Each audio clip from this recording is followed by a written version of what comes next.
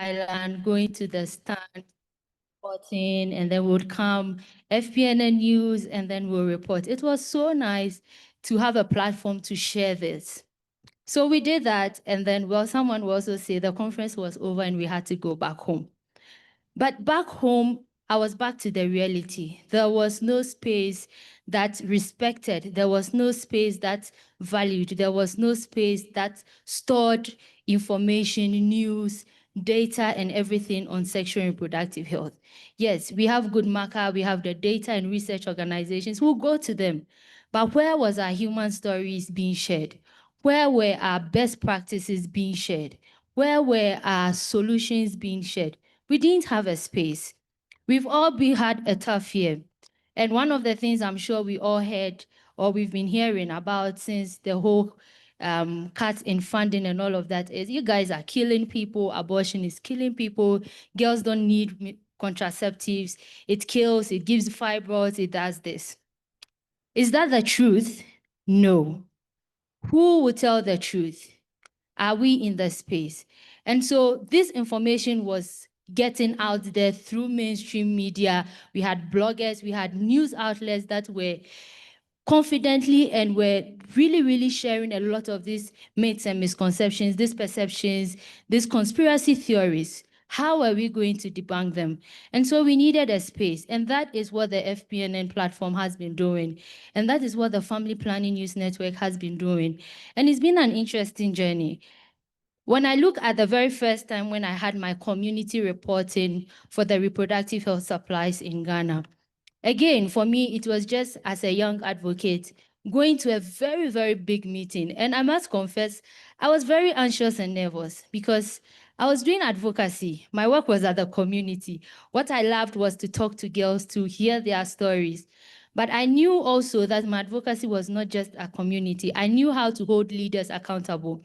I had sat in meetings where I was telling ministers, yes, you sit here and you are saying we have invested. Go to the community and see a girl who cannot afford a pad. How are you ensuring that whatever investment you are making here translates and trickles down to the grassroots? So when I reported during the Reproductive Health Supplies Coalition, this was their annual meeting. And this is a very big organization that was leading supplies globally. When you look at what their vendors across the world, you'd be amazed. And I was like, okay, I know I do advocacy and community engagement, but I have never paused to think that where do these reproductive health supplies come from till they reach the end user? And so I was interested in being able to elevate the stories. And if you go to the FPNN platform, you'll find an amazing reportage that we were able to co-produce with the FPNN team and the RHSC team to be able to break down the technicalities of supply chain. When you hear supply chain, you just think, oh, it is about, okay, some technical people who are counting numbers, who are ensuring that goods move out of the warehouse.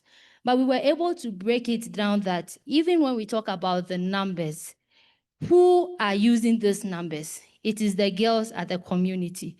So that when we go to a facility and a girl goes to the community and she's told that we have run out of supplies and she has to go back and opt for an unsafe abortion, it means there is a break in the gap.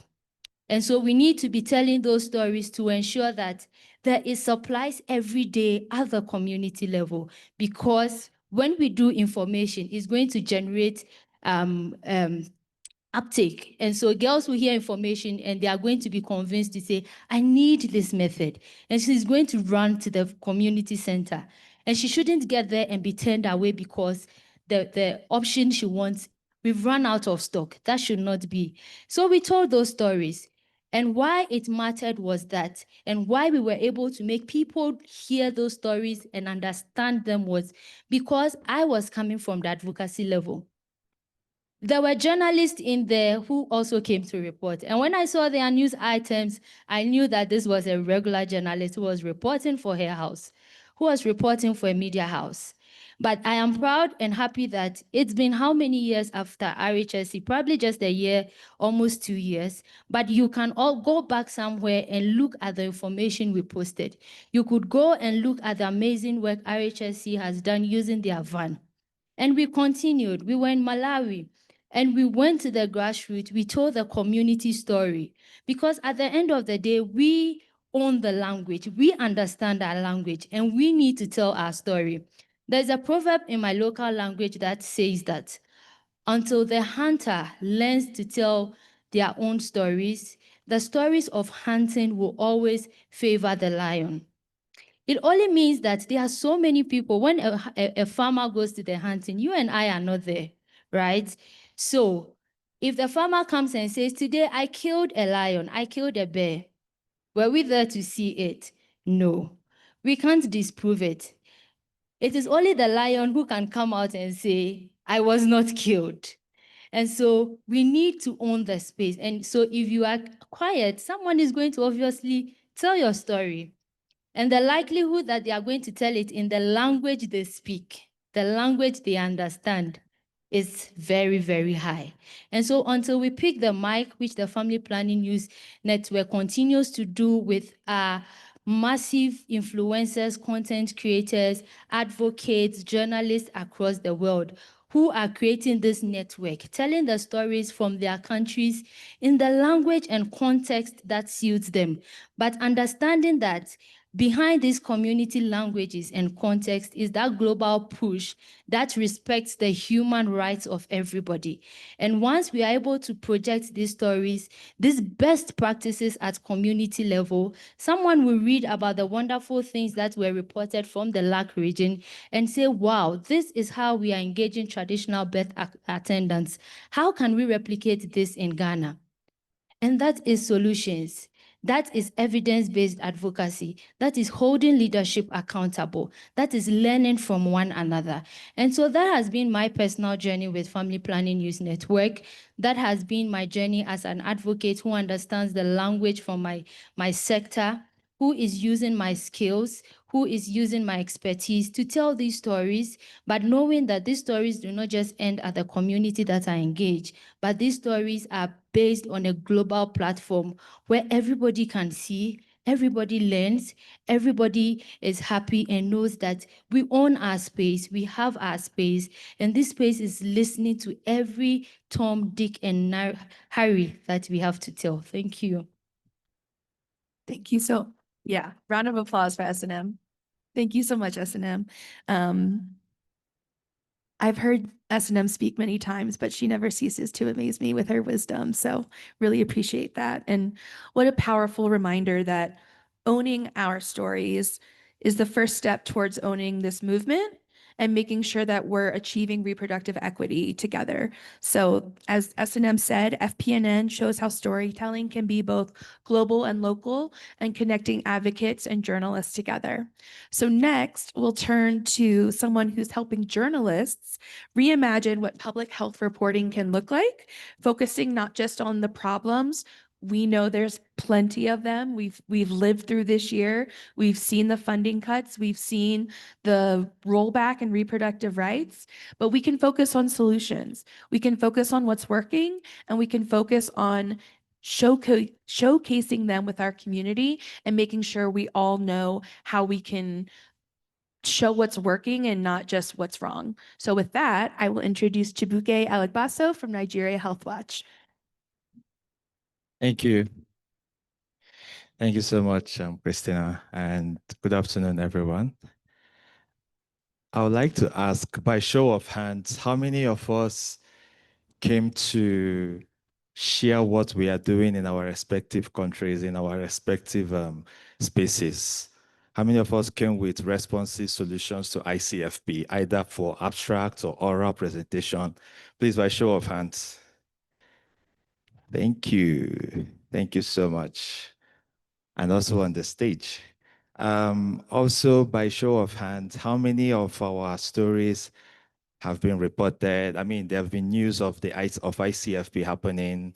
There are journalists in the room, and even before now. So how many of those stories have been reported? Especially when you go to events, how many of us see those stories being reported as, oh, this is what this person is doing, and this is how they are doing it? By show of hands, please.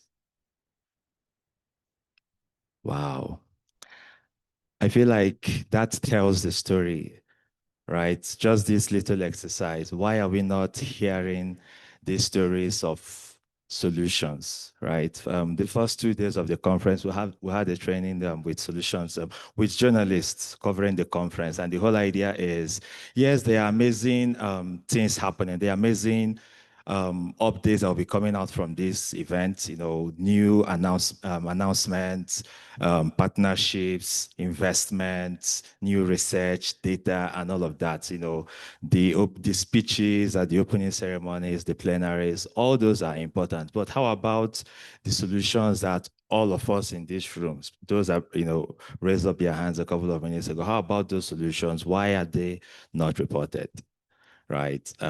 Yes, the headlines are important, but there needs to be that balance. And also, if I ask how many people are overwhelmed with the news out there, how, by default, or if you do a survey, you see that majority of the content we see out there are focused on issues and problems, right? Yes, as journalists, we have that responsibility as storytellers to show what is happening, right? But also, it's important to be deliberate about not focusing on just problems. Right, so that was the essence of that training we had the first 2 days of the conference. How do we report these solutions? As I told them in that training, this whole space is going to be filled with solutions. For the past 4 days, people are sharing what they are doing. If you go to the abstract presentation section, both the oral, the flash sections, the poster presentation, they're all filled with solutions. So why are we not reporting those things that are working? And that's really what solution storytelling is about. I changed it to storytelling deliberately because most times when you say solution journalism, someone might think, oh, it's for journalists and it has nothing to do with me. But we are all storytellers in our own right? So that's why it's important, especially in the context of what we are talking about, the access, making sure that it's equitable, making sure that it's inclusive. Right. So yes, there are issues, but why do we focus on just the problems? There is need to talk about what's working. And for us, the work we do at Nigeria Health, and I've also had the opportunity of partnering with Christina and the team at FPNN and all these fantastic colleagues here to continue pushing that narrative to say, look, yes, we realize there are issues, but first of all, yes, we acknowledge the problem, but we need to ask the question, who is doing something about it, right? What are they doing about it? How are they doing it? So that's, the framework you follow when you're trying to tell a good solution story. And you don't have to be a journalist really to do it. We all have our storytelling these days has so much been democratized. You can use your platforms, your social media to put all those stories out there. So this is actually a simple framework that you can follow. Acknowledge the problem, talk about who is doing something about it, talk about how they are doing it, because that's what's going to be helpful, right? How they are doing it, the process. Then you go to what's the evidence, what are the results that they are seeing so far? Because if you're saying someone is solving this problem, you want to also show some proof that, this is the result they are getting. This is evidence of impact of the work that they are doing. And from there, you want to go to lessons. What can others learn from this? So imagine we divide this room into two. This is a community and this is another community, and they are all facing the same problems, right? And this community, they're able to solve it, right? So telling a story about how this community is solving that problem will help this other community. That's a solution or a response that they can adopt and, adapt it to their own context, because of course, we know context can be very different. So that learning, the lessons they can pick from there, you also want to mention it in your story. And finally, you also want to talk about challenges or any limitations that they faced this other community in implementing or, trying to address that problem. So by the time you do that, you see that the narrative we're talking about, even leading up to, following up from what SNM said, going into communities, you are surfacing what they are doing to address those problems, so that it's not just filled with issues all the time, because really the problems, amplifying the problems doesn't help anybody. Right? Yes, you can do investigation and expose the problems, but the issue now becomes when you keep emphasizing the problems. It doesn't help us. What helps is, oh, what are you doing to solve this problem? How can I, learn from what you're doing? So by the time you follow this framework, you're able to tell a story. Actually, we call it the whole story, because it's not just problems. You are balancing the narrative. And I don't know, there's this popular TEDx talk, The Danger of a Single Story. So if you're focusing on the problems all the time, you're making it seem like those communities, those people, the country, or those individuals, they are just all about their problems. But they also have things they are doing to address those problems. So to avoid that danger of a single story, you want to balance the narrative. You want to ask who is doing something about it around SRHR. And there are so many ways you can ask the question: who is making it more inclusive? Who is making it cheaper if it's about access? Who is making it easily accessible in terms of distance? Imagine young people have to travel long distances to access care, or women, who is making it easily accessible. So those are areas you can look at and talk about those stories so others can learn. One of the journalists that participated in the training, she's very interested in inclusive access. How do we make sure that women with disability can access care? And since she heard about solution journalism, she's just been investigating, who is doing something about this? What can I learn from this country?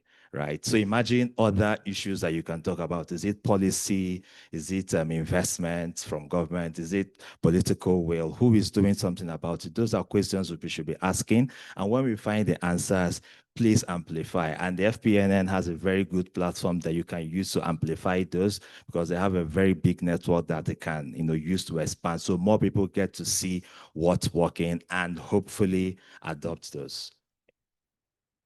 Amazing.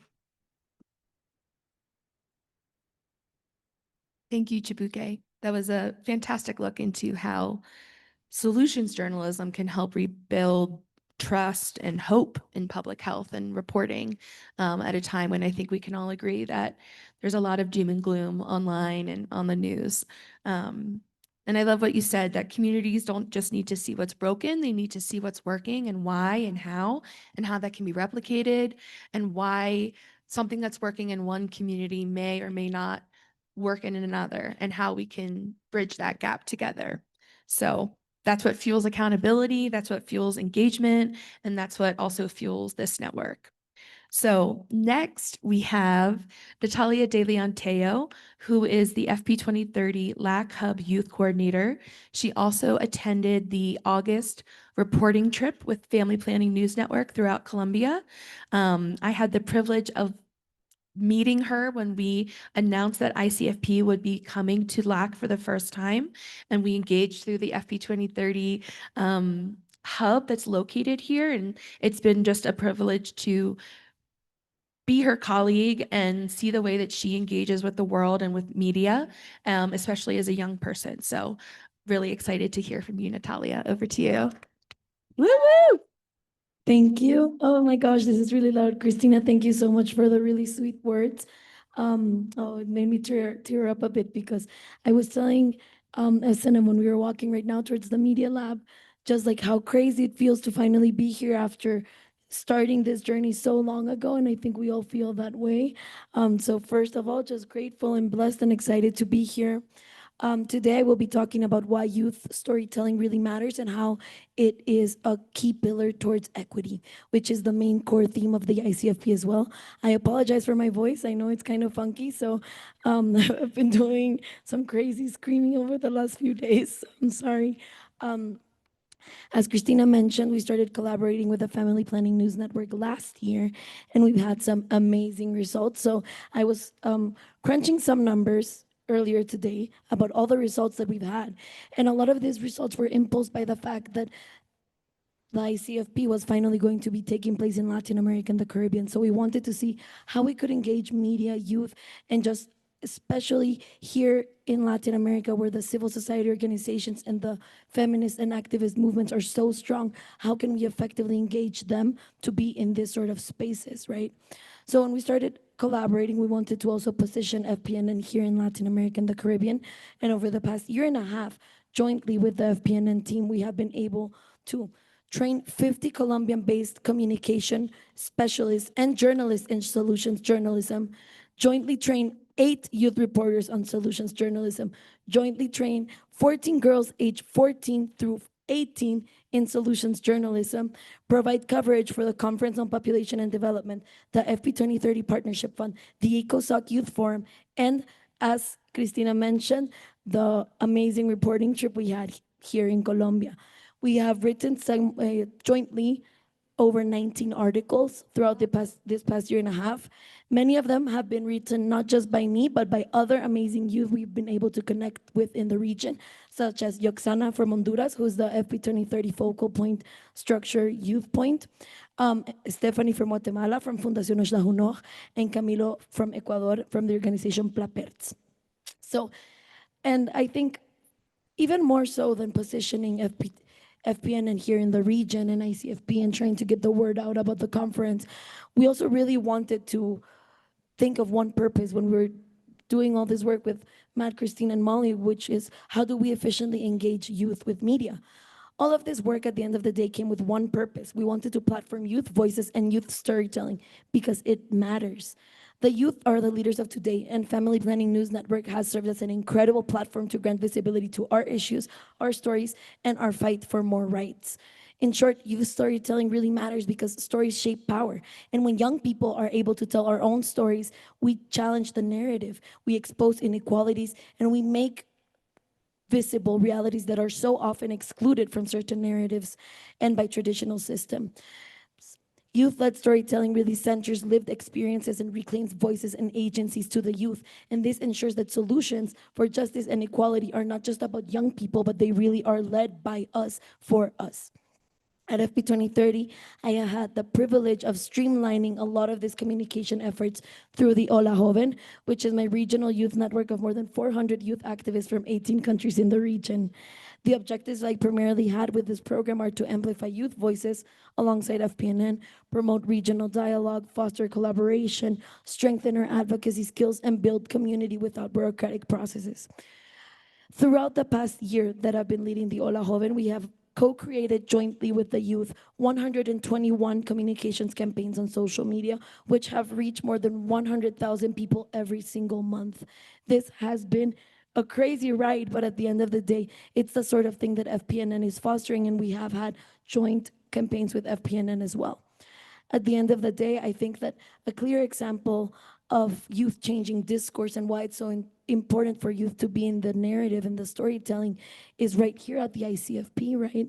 I think this is a place where we've seen the power of youth, and at least in my perspective, La Ola Joven has been really making waves because this youth-led movement has brought together so many activists from so many countries in the region, not to participate just in a tokenistic manner, but to actually pave the conversation and what we're talking and what we're prioritizing when we talk about sexual and reproductive health.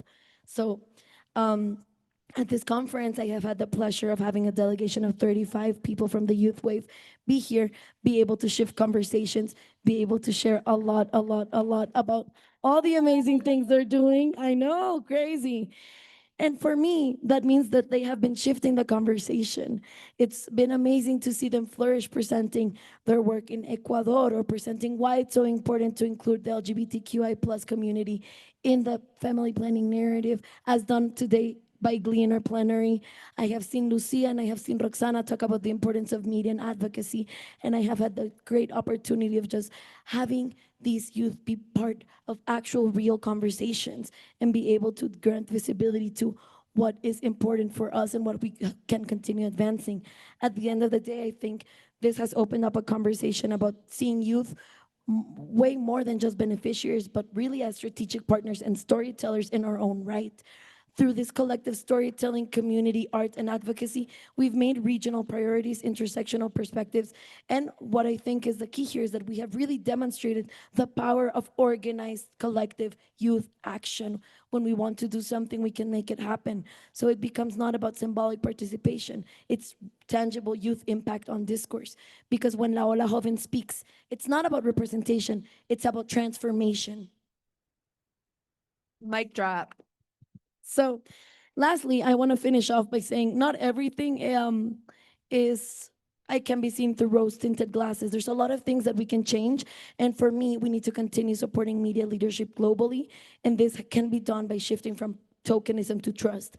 We need to mutually trust the youth. Why? Because it means that we can not only just give young people a seat at the table, but we have to give young people the tools, the resources, and the decision-making power to execute and tell their own stories. First, we have to invest in capacity building. We have to do training, mentorship, and access to equipment and funding for youth-led media projects. Second, we have to create meaningful partnerships between between global organizations and local youth networks, partnerships that are horizontal and not hierarchical. Bureaucratic processes have long been a huge barrier for youth in general, and it's something we have to move away from. Third, we have to ensure visibility and fair compensation for youth storytellers, so their work is recognized because of our expertise and not in a voluntary manner. And finally, we have to protect digital and civic spaces where young people can express ourselves freely and safely. When we equip youth with the skills, resources, and trust to lead, we don't just strengthen storytelling, we strengthen democracy, accountability, and equity. Thank you. Credit. Yes, round of applause for Natalia. It's amazing. That was so inspiring, Natalia. My colleague, Matt Matassa, who can't be here right now because he's busy producing the live stage on the second floor, but is an integral part of FPNN, and this wouldn't exist without him. So I wanted to just give him a mention. I know he's working really hard down there. We always joke that Natalia is going to rule the world, and we're happy to follow her. So I think you all can understand after hearing her speak so passionately about why it matters to involve youth, why we're ready to follow you wherever you go. Okay. We heard from Chibuike from Nigeria and Natalia from Guatemala. And now we're going to close with Luisa, who is based in Bogotá, Colombia. And I met Luisa last HIV prevention conference in Lima, Peru.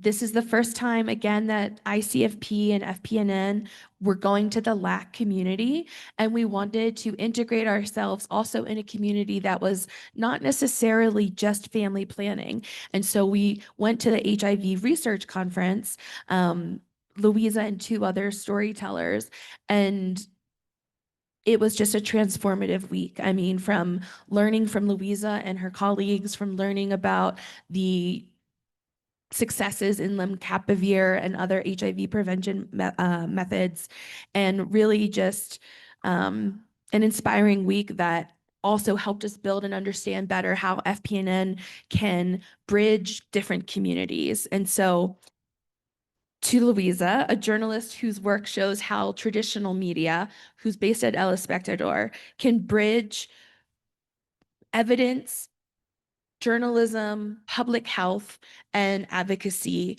together and showcase what it means to really bring media into this movement in a way that they haven't been before. And so it's my great pleasure and honor to hand it over to Luisa. Well, thank you, Christina. Thank you for that amazing introduction. Hello, everyone. My name is Luisa Fernanda Orozco. I'm a journalist for El Espectador, which is based here in Bogotá, Colombia. Now I'm going to switch to Spanish because honestly, it's way better. El Espectador es, para quienes no conozcan, uno de los medios tradicionales más antiguos de Colombia. Nació en 1887 en Medellín, que es una de las ciudades principales en Colombia. Y desde eso tenemos presencia online y también en el periódico impreso. Somos uno de los pocos medios que se sostiene con el impreso diario, por decirlo así. Hace unos años, El Espectador fue el primer periódico tradicional en abrir una sección de género y diversidad. Son dos secciones, una se llama Las Igualadas y la otra se llama La Disidencia. Bien, es, nuestra iniciativa fue, sí, la primera realizada en medios tradicionales en Colombia. Empezamos a hablar de género desde una perspectiva crítica, también de asuntos LGBTIQ+, y desde entonces ya llevamos casi una década hablando de estos temas de una manera seria e investigativa, en la manera que se puede hacer en los medios tradicionales. Yo siempre digo que El Espectador, a pesar de ser uno de los medios más antiguos de Colombia, tiene la libertad, me atrevo a decir, de informar y hablar sobre estos temas desde una perspectiva, desde el activismo, pero también desde la ciencia de los temas de género. Como decía Cristina, el año pasado conectamos con Family Planning News Network y desde entonces hemos viajado, hemos hecho algunos reportajes en algunas regiones del mundo, como Perú, pero también como la ICFP iba a pasar por primera vez en América Latina y en Bogotá, que era una novedad, decidimos hacer un viaje en algunas de las principales regiones de Colombia, entre esas Guapi, Santa Marta, Aracataca y La Guajira, que son territorios que son rurales en buena medida y también tienen unas iniciativas muy importantes llevadas a cabo por los partners de esta conferencia, que son Profamilia y la Fundación Valle del Lili. En medio de ese viaje de reportería, un poco mi labor como periodista fue buscar historias significativas. Debo decir que yo soy periodista que cubre asuntos de salud sexual y reproductiva, también asuntos ambientales, y trabajo con un equipo de 7 periodistas talentosos que nos ocupamos pues de estos temas de ambiente, salud, educación y ciencia. Y nuestro reto un poco ha sido bajar las conversaciones científicas, como todas las que estamos teniendo en este tipo de reuniones, en los más de 3.000 paneles de la ICFP, cómo comunicar esa ciencia que están produciendo científicos increíbles de una manera que le llegue a la comunidad, ¿no? Y que pueda entenderse y de manera más importante comunicarse para desmentir desinformación, sobre todo que está en tanto auge últimamente, como ya todos y todas sabemos. Entonces, volviendo al viaje de reportería, yo entro un poco como una de las pocas periodistas que hace parte de un medio tradicional. Viajamos por estas regiones de Colombia y quiero compartir con ustedes una de las historias más significativas que fue para mí encontrar en este viaje, que la encontramos en Cali, en el Hospital Padrino de la Fundación Valle del Lili. Nos llevaron a conocer el Hospital Padrino y nos presentaron a unas mujeres increíbles del pueblo indígena Awa, que tienen una alianza con la Fundación Valle del Lili, con el Hospital Padrino, y que viven en Nariño, que es un departamento que queda en la frontera de Colombia con Ecuador. Estas mujeres se llaman las mensajeras de vida. Recuerdo que les recuerdo que hacen parte de la comunidad indígena Awa. Viven en un resguardo en el departamento de Nariño, que pues como les comentaba está a unas horas de Bogotá, bastantes horas de Bogotá. Y en este resguardo indígena hay 25 comunidades a las que se puede acceder únicamente a pie, en moto o en lancha. Digamos que tienen unas barreras de acceso bastante significativas y en ese mismo marco, estas mujeres mensajeras de vida vienen trabajando por reducir la mortalidad materna en las mujeres indígenas Awa que son gestantes que van a tener a sus hijos que están embarazadas y que quieren continuar con su embarazo. Lo que hacen estas mensajeras de vida es que literalmente van hasta los resguardos más recónditos, que a veces toman horas llegar, y le proveen de herramientas en salud sexual y reproductiva a las mujeres gestantes, las llevan a hospitales, a centros de salud que están bastante lejos de este resguardo indígena. Digamos que tienen toda una red pues de acceso a la salud que construyen ellas mismas. Es un trabajo bastante comunitario y han ayudado a reducir la mortalidad materna en unos niveles increíbles.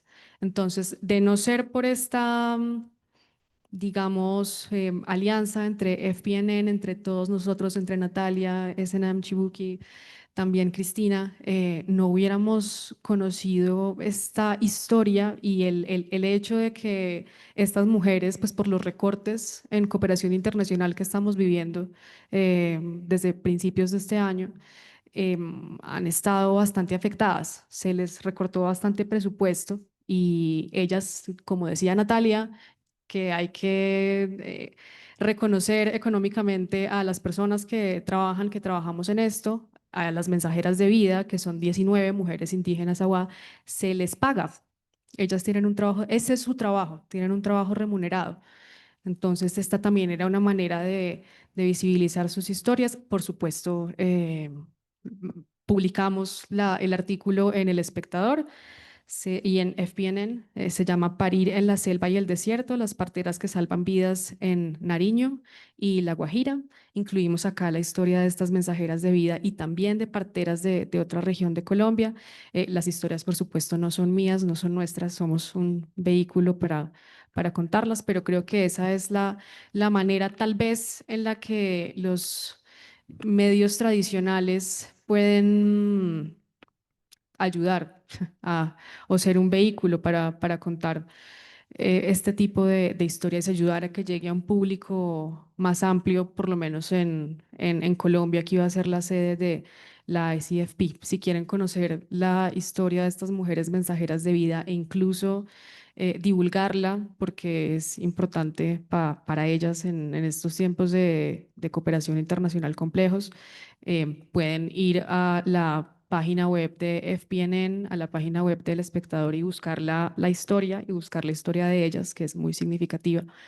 Y creo que esto conecta muy bien también con el hecho de que por primera vez en América Latina y el Caribe se esté realizando esta reunión. Mm, Creo, desde mi perspectiva como periodista, para todos quienes están acá, creo que no es novedad lo que está pasando a nivel mundial con un cambio en las políticas que se puede ver en algunos países de América Latina que incluso eran progresistas, como Argentina, que es un gran ejemplo del activismo que el feminismo logró construir durante mucho tiempo. Eso ha cambiado y Colombia se convierte un poco en la sede de la ICFP, para quienes no sepan, por la gran cantidad de políticas públicas que tenemos en materia de salud sexual y reproductiva, la despenalización del aborto hasta la semana 24 de gestación, que se logró en 2022, y también la cantidad de leyes que tenemos para proteger y sostener los derechos de las mujeres y de otras comunidades, y el hecho de que nuestra Corte Constitucional se haya mantenido firme en las decisiones que tomó, que viene tomando, y que no retroceda a pesar de los retrocesos que han intentado ocurrir. Por supuesto, hace falta muchísima más integración con las grandes ciudades. Lo que les contaba ahora de las mujeres indígenas es un gran ejemplo, aunque tenemos esta gran, em, esta cantidad de leyes que cobijan y que protegen los derechos de las mujeres y de la comunidad LGBTIQ+, pues falta mucha integración con la ruralidad.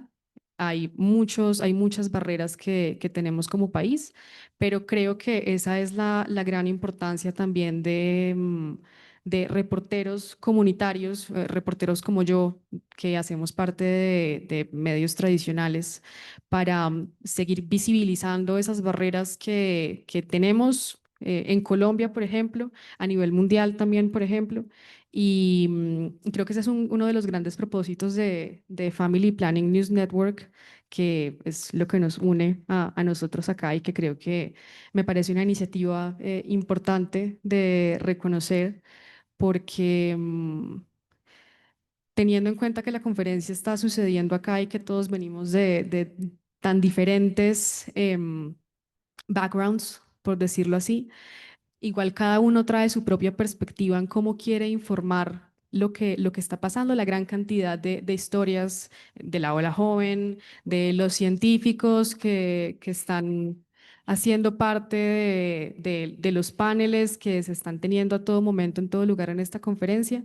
Nuestra tarea un poco es contar esas historias y visibilizarlas y llevarlas a la comunidad de una manera que, no sé, que tal vez sea útil, que nos ayude a organizarnos y a continuar mostrando con datos pues los derechos que no deben retroceder. Siento que ese ha sido una gran fortaleza de lo que ha logrado Family Planning News Network, que es reunir a tantas perspectivas diferentes y mantenerlas con el tiempo. Pues por supuesto todos intentamos dar nuestra propia perspectiva y continuar contando historias. Y quería cerrar con algo que conversé con uno de los expertos de esta conferencia, que hace parte de la Universidad Johns Hopkins, y es que él me decía que le parecía muy valioso el activismo que se está haciendo en esta conferencia, el activismo de todas las edades que se está haciendo en esta conferencia, y también la labor de comunicadores, de creadores de contenido, de periodistas, de mostrar que lo que estos expertos están haciendo acá es mostrar los datos y las evidencias de que el acceso a anticonceptivos es importante para ayudar a que las personas tomemos decisiones informadas sobre nuestros cuerpos, y que el acceso a la interrupción voluntaria del embarazo es un derecho y es una decisión que debemos tomar las mujeres. Em, entonces, a través de estos datos que este experto me compartió, me dijo, nosotros estamos reuniendo los datos y es importante mostrarlos porque así es. No estamos intentando contar mentiras, esparcir desinformación, simplemente estamos mostrando lo que funciona. Y lo que funciona es dar más garantías de acceso a planificación familiar y continuar hablando de estos temas para que cada vez tomemos decisiones más informadas. Y si nosotros podemos ayudar a hacer eso en algún punto, pues estamos encantados. Entonces, muchas gracias. Thank you, Louisa. What an incredible illustration of how legacy media can evolve and balance scientific rigor, ethics, and empathy to reach audiences beyond the policy space. And one thing that's so amazing is that Louisa has an article that just came out today about ICFP and about what we're doing. And so that was never something that we could do before, to have an article come out about ICFP during ICFP from an ICFP reporter who's integrated into the community. It's amazing. It's amazing. Thank you.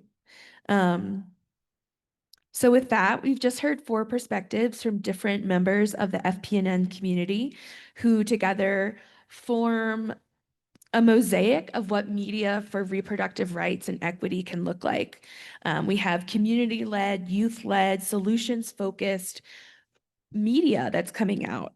And before we dive into Q&A, I would love to just hear from each of you quickly what you hope the future of FP&N is and what you think we might be able to do in the future. So I'll start with Chibuike. I think a lot can happen The possibilities are almost limitless.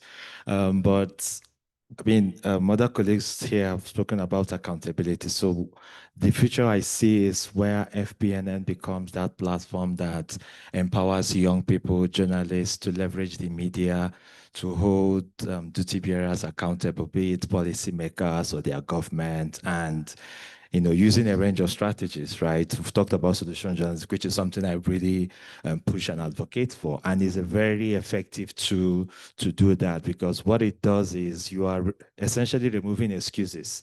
You are saying, look, this is what is working here. Why can't we replicate it? It's not rocket science. And I see FPNN being the platform that will empower a lot of journalists to do that. And the results are there, right? For even from our work, my organization where I work, Nigeria, so we've seen journalists who do stories and other communities, because of that story, they see that and they reach out to say, oh, this thing you reported on, we have the same problem. What can we learn from it? How can we take it back to our leaders and hold them accountable to, replicate that intervention? So that's something, the power of storytelling, what storytelling can lead to. And I see FPNN being the platform that can do a lot of that in future. Yeah. Thank you, Chibuike. Yes, I agree. S&M. So for me, like Chibuike mentioned, limitless space, limited opportunities. I envision a future where, just like you have different media platforms, that when you talk about business, we know where to look out for. When we talk about sports, we know the platforms to go for sports news.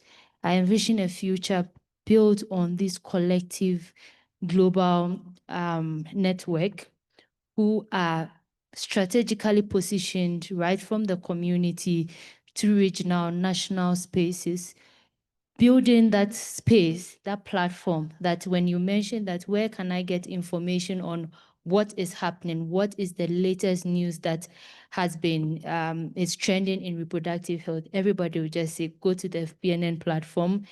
I envision a future where if Lancet wants to launch any of their new researches on reproductive health, on adolescent health, on contraceptive uptake, FPNN is going to be one of those media platforms that they'll call and say, we are launching this, we want it out on your platform as one of the first outlets to let it go, because they know we have the audience, they know we have the community that understands, that is going to take this research back into their newsroom, report it in a language that the everyday person who switches on the TV, who takes that newspaper, who listens to the radio, will understand and know that this is data that affects me, this is data that affects my community. And lastly, I see this platform that is empowering us as young advocates, as young people, as young professionals from whatever field, not because we are journalists, not because we are just advocates, not because we are content creators, but understanding that power, that collective power and voice that our storytelling has and our news reportage has. That is the future I envision. Thank you. Manifesting that for us. Thank you, S&M. Natalia. Por supuesto. Creo que para mí serían dos puntos principales. El primero fue algo que mencioné al final de mi ponencia, que es pensar en este trabajo como remunerado, especialmente para voluntarios adolescentes, por ejemplo. Creo que podría ser una gran oportunidad, porque muchas veces aquí en Latinoamérica y el Caribe nos basamos mucho en el activismo como voluntariado, y se dona muchísimo de nuestro tiempo, muchísimo de nuestro esfuerzo, y en realidad son tareas difíciles de tratar de reconciliar para no tener compensación. Entonces yo en un futuro me gustaría ver eso de FPNN, ver que se sistematice casi como un periódico, ¿verdad? Como formal, buscando a personas para pagarles por artículos, etcétera. Y en un segundo punto, algo que me encantaría trabajar es continuar multiplicando el modelo de capacitación que hemos trabajado previamente.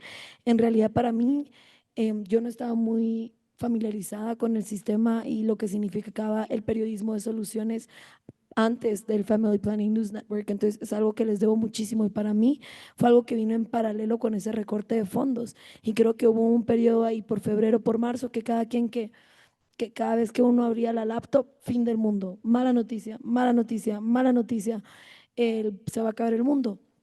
Y cuando me puse a pensar, yo dije, lo que pasa aquí en Latinoamérica y el Caribe es que se considera a comparación de otras regiones como graduada de USAID, ¿verdad? Entonces, ese recorte, por supuesto, tuvo sus impactos, pero sin embargo, la creatividad y la resiliencia que tenemos aquí en Latinoamérica y el Caribe es impresionante. Se hace muchísimo con pocos fondos y se hace muchísimo con pocos recursos.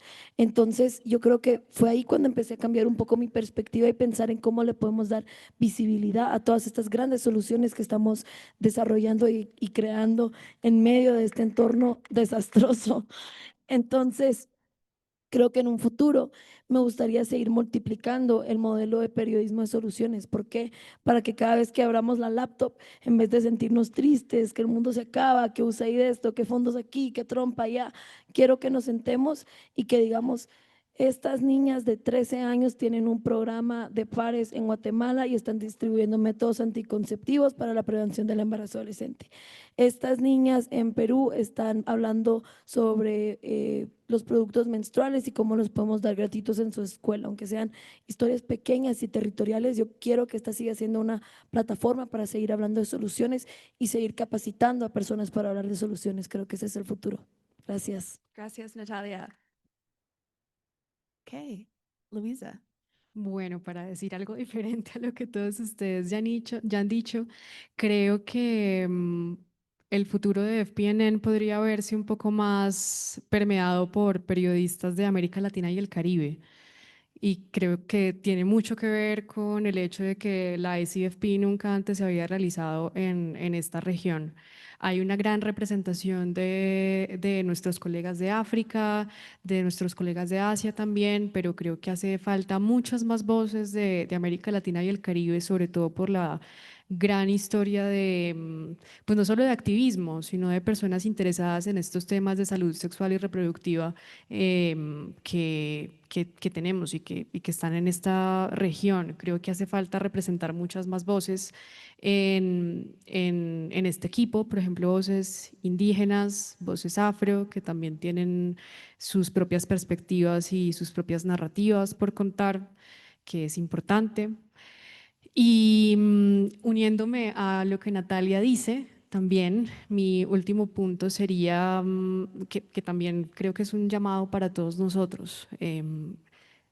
Lo que decía en mi intervención de antes, encontrar una manera también de hablar con científicos y con expertos, que son personas muy tesas, como decimos en Colombia, muy buenas, que vienen haciendo investigación durante años. Ellos tienen todos los datos que prueban absolutamente todo lo que estamos diciendo nosotros. O sea, esto no es nuevo, no nos lo estamos inventando, no son, no son mitos, no son leyendas, hay datos que nos respaldan por gente que ha investigado durante décadas de planificación familiar, de acceso al aborto, de reducción de mortalidad materna, de educación sexual, de acceso a anticonceptivos, de VIH, y nosotros como periodistas de medios tradicionales, reporteros comunitarios, como creadores de contenido incluso, podemos acercarnos a estas personas que han investigado durante años e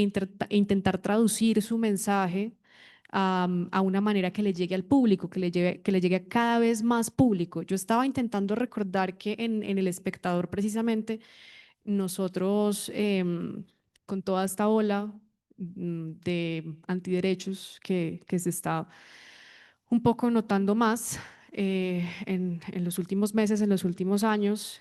Hace unos meses tuvimos unas noticias falsas que desinformaban demasiado y que hablaban de una supuesta epidemia, por ejemplo, de VIH en Colombia.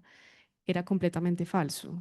Entonces, ¿a quiénes acudimos nosotros? A los expertos que vienen investigando este tema durante décadas, durante años, para decirnos la cosa no es así de sencilla, hay una conversación mucho más seria que debemos tener, y nuestra tarea, creo, como comunicadores es llevarle eso a la audiencia, porque al fin y al cabo eso es lo que está pasando hoy en día. Es mucho más fácil esparcir la desinformación a partir de opiniones sin datos detrás, que irse a la ciencia real de las personas que han estado investigando esto durante años. Entonces, mi llamado un poco sería eso, que nosotros como personas jóvenes involucradas, como activistas involucrados, como periodistas, comunicadores, nos acerquemos más a la academia y digamos, esto no es nuevo, no nos estamos inventando nada de lo que estamos diciendo acá, simplemente estamos intentando transmitir un mensaje mucho más claro.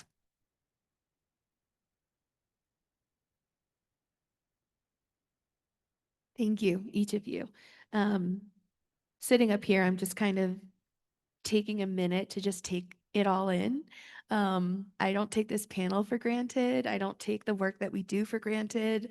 I've traveled all over the world with each of you and explored things and met people, and it's just, I'm just so grateful to have each of you on this stage with me right now. I mean, truly, like, dreams coming true as I watch each of you talk about the network that we built together and how we're working together to improve reproductive health and rights for people that need it the most. Like, this is what dreams are made of. And it's possible because of each of you. And it's possible because of people like in the audience and watching online. There's nothing unique about, I mean, we're all unique, but there's, you know, we're just doing this because we're passionate about it and we love it. And that's what FPNN is. It's made up of people who care about these issues deeply. So whether you're a journalist or a researcher or an advocate, a young person, or just someone who wants to understand these issues better, there's a place for you here. And you can go to familyplanningnewsnetwork.org. You can read the stories. You can see the ICFP coverage. You know, FPNN got started in ICFP 2022 in Thailand, like S&M mentioned, and we didn't intend for it to be something that became a program. We were just trying to get the news from the conference out to the community in a way that resonated with people. And by the end of the week, people came up to us and were saying, please don't let this end. This is incredible. What is this? What are you building? And we didn't really know at the time. But as we've grown these last 3 years, it's really become something that is truly community owned. It's not, you know, Matt, Molly, and I, we didn't build this. We've just facilitated this network to exist. It's truly built by everyone in this community. And so I hope that we all continue to grow and build and make this network something that conferences across the world or events or movements can understand reproductive and sexual health better. So just wanted to thank each of you for that. And again, just taking a moment to be grateful for the moments that manifest into reality that you didn't think could really happen. And I'm curious if anyone has questions, we'd love to hear from you, but I also can open it up to some roundtable questions for the panel here. Sure. Is there someone who could help her with a mic? Yeah. Thanks, Mati.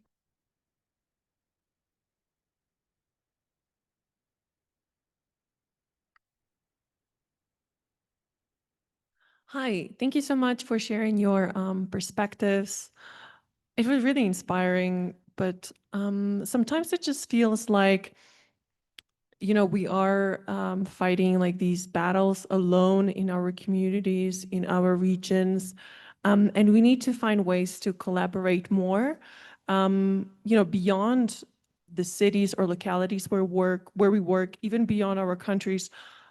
How do you approach, or maybe you know or have already worked across borders together, or you would like to work together? Like, how would you approach this cross-border reporting on these issues, and how can we maybe integrate, you know, stories from across the world into this reporting? Thank you.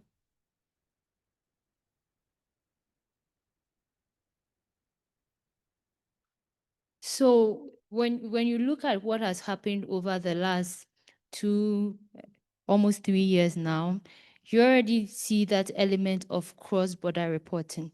I mentioned in my submission earlier that the very first reporting trip I had with the Reproductive Health Supplies Coalition, and even though I was doing advocacy at the time, I was not doing supply chain. There was nothing related to supply chain. I didn't understand how supply chain. What mattered to me was that when I go to the community, no young person should be turned away because there is unavailability of a commodity. I didn't want that to happen, but how that mattered, what happened before that commodity got to the facility, it seemed like I didn't care, but I needed to care. It was at that coalition annual general meeting that I realized that whilst community A could say they had run out of implant, you would go to another community which had implant in excess. And this was because of the difference in uptake and methodologies that people opted for. And the RHSC had a platform that was tracking which commodity was moving at whatever point and which ones were in excess in other countries. And we're helping countries to be able to overlap and get excess from where it was needed and in other areas where there were shortages and see how they could bridge that gap. And I only got to know that dynamic aspect of the supply chain of reproductive health work or that part when I did that. And so you look at it, when we went to Malawi, we were not just talking to people that were doing reproductive health. We spoke to farmers. There were stories at some communities. We went to the refugee camps. And these are people that are often left on the sidelines. These are people that are often left at the margins. We don't hear about stories from refugee camps because we think these are people that are dealing with their own stress and trauma, depression, and we leave them for an agency to just handle them to the best of their knowledge. But we were at the camps and we're hearing the stories. We were talking to the refugees and they were telling us what their lived realities were, what they really wanted. And this is how we have already started approaching inter-country, inter-border reporting and stories from these different countries.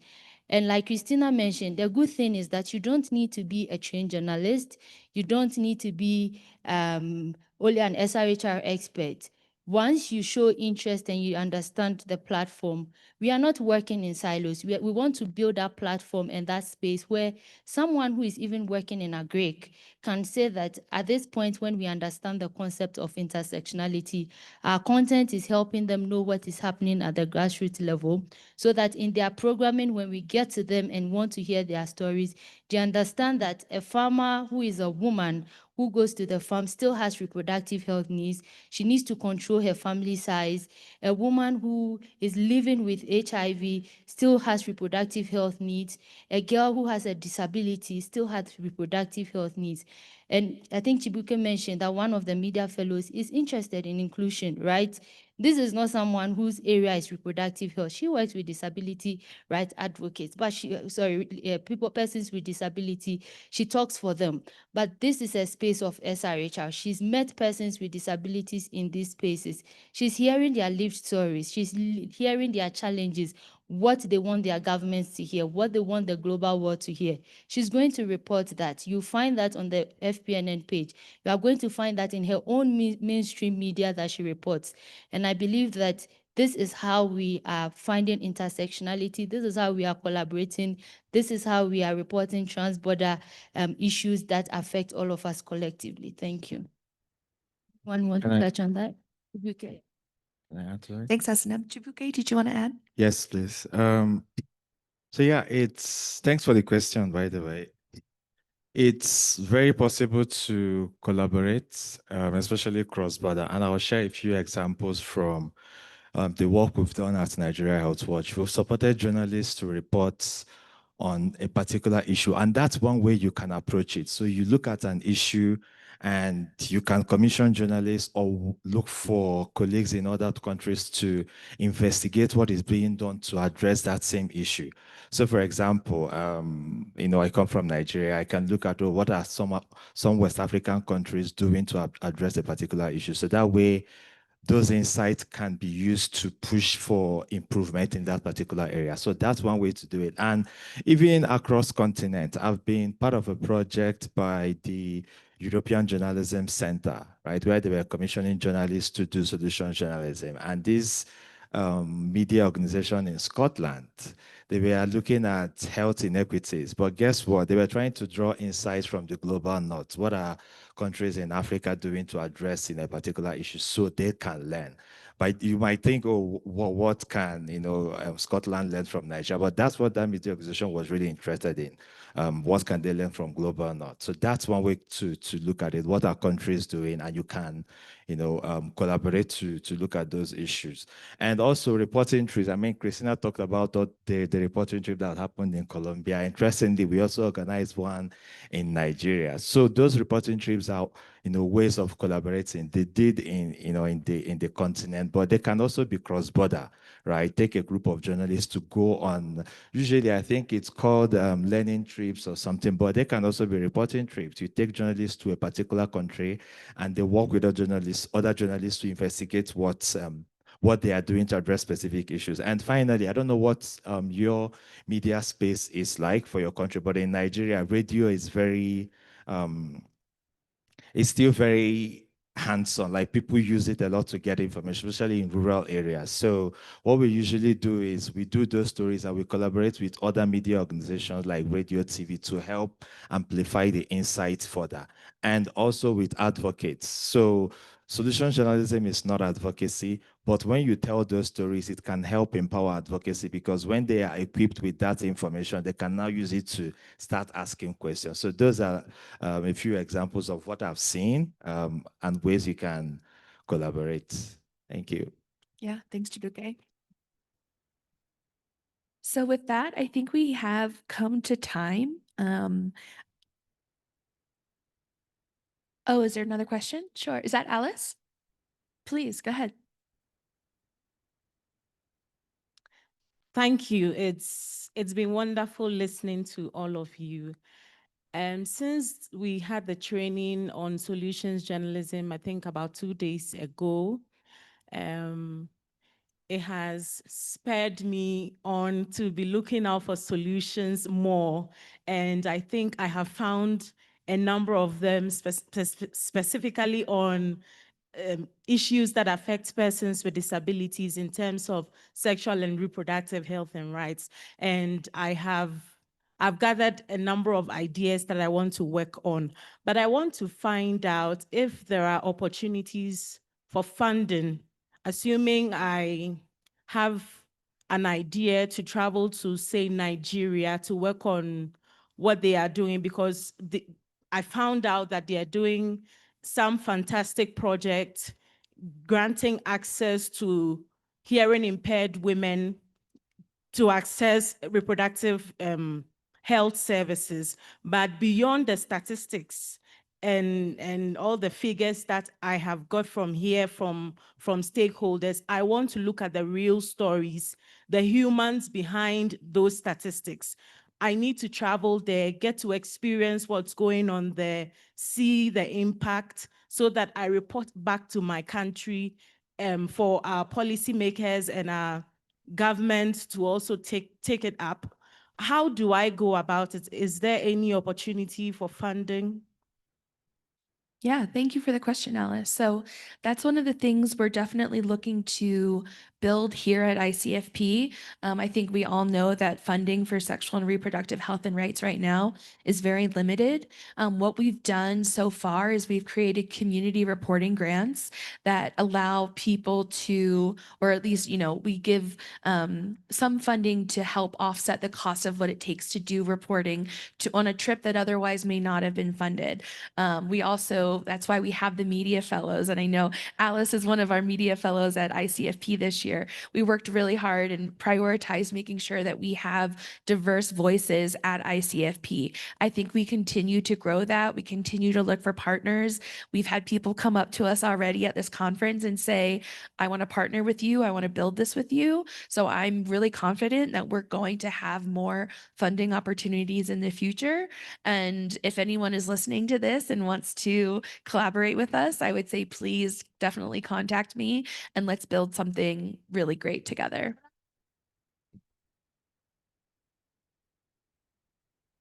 So with that, I think this panel has come to a close. I just wanted to give a special shout out again, Molly Maisner in the audience, who is another co-founder of FPNN. Amazing digital producer, couldn't do it without her.